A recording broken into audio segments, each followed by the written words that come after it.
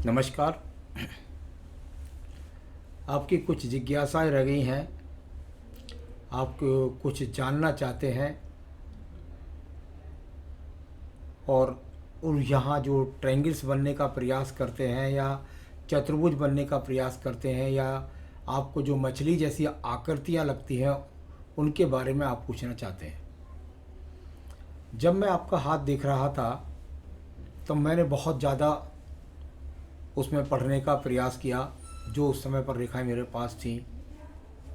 लेकिन उस हिसाब से अगर यहाँ आप चतुर्भुज किसी चीज़ को निकालेंगे, त्रिभुज यदि किसी चीज़ का निकालेंगे, तो निश्चित रूप से वो चतुर्भुज और त्रिभुज जब तक स्वतंत्र नहीं होते तब तक उनका जीवन में लाभ नहीं मिलता।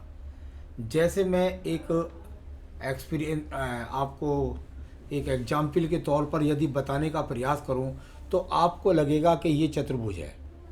यहाँ पर ये आपको चतुर्भुज लगेगा देखने में।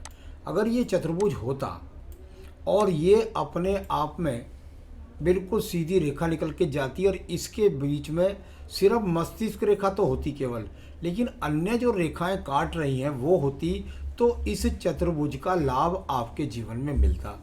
क्या मिलता? जैसे अच्छे संसाधन मिलते, अच्छा मकान खरीद पाते। लेकिन जब बीच में रेखाएं काटने लगे तो उनका मतलब होता है कि व्यक्तियों को वो अच्छे संसाधन भाग दौड़ करने के बाद भी नहीं मिलते। यानी चतुर्भुज ये अपने आप में है ही नहीं, ये सिर्फ एक सूर्य रेखा इधर को चली गई, यानी कुल मिलाकर दूर प्रांत से भाग का जो अजमाइश, और ये थोड़ी भाग्य रेखा की अजमाइश।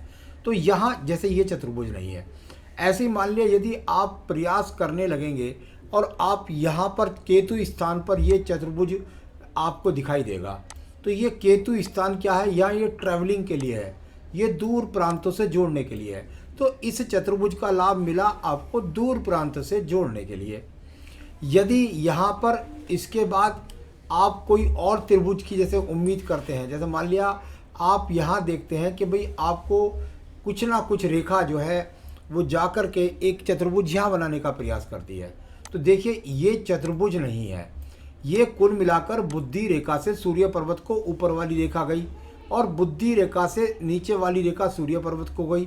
यहाँ मंगल पर्वत से एक रेखा सूर्य पर्वत को गई और दूसरी भाग्य रेखा, यानी इन चार चीज़ों ने मिलकर के निर्माण किया, यानी दूर स्थान तक भाग दौड़ना तय किया, लेकिन इसका कोई लाभ नहीं होता। तो कुल मिलाकर ऐसा यहाँ पर जब इस तरह का चतुर्भुज आपको दिखलाई दे तो उसका ये लाभ नहीं मिलता व्यक्ति के जीवन के अंतर्गत।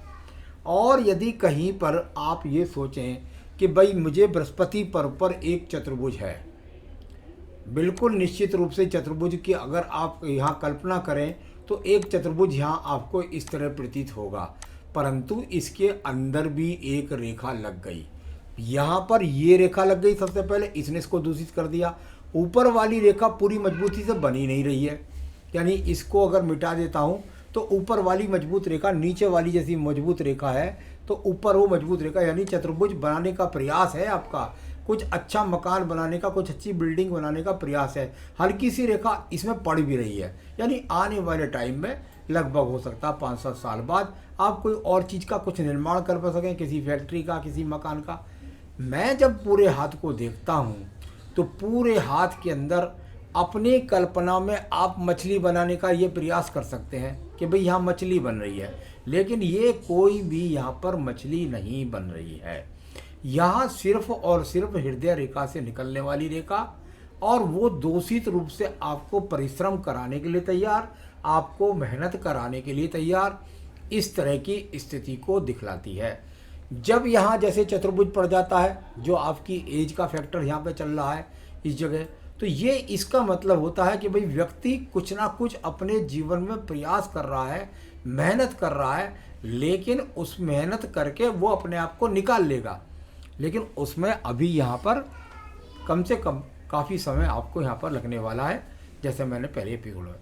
तो यहाँ इस तरह के अगर आप बनाने की कोशिश करेंगे तो आपको बहुत सारे चतुर्भुज दिख जाएंगे। मैं समझता हूँ हाथ में बनाने लगोगे तो आपको हर जगह चतुर्भुज ही नजर आएगा, लेकिन कोई चीज़ स्क्वायर जो होता है वो एकदम स्वतंत्र होना चाहिए, कोई त्रिभुज जो होता है वो एकदम स्वतंत्र होना चाहिए, कोई भी मछली है तो वो एकदम स्वतंत्र होना चाहिए। सभी रेखाओं का एक दूसरे से लड़ने का सा प्रयास चल रहा है, यानी आपके जीवन में गहरा, कुल मिलाकर के संघर्ष और संघर्ष और संघर्ष, बहुत संघर्ष हाथ के अंदर दिखाई पड़ा है।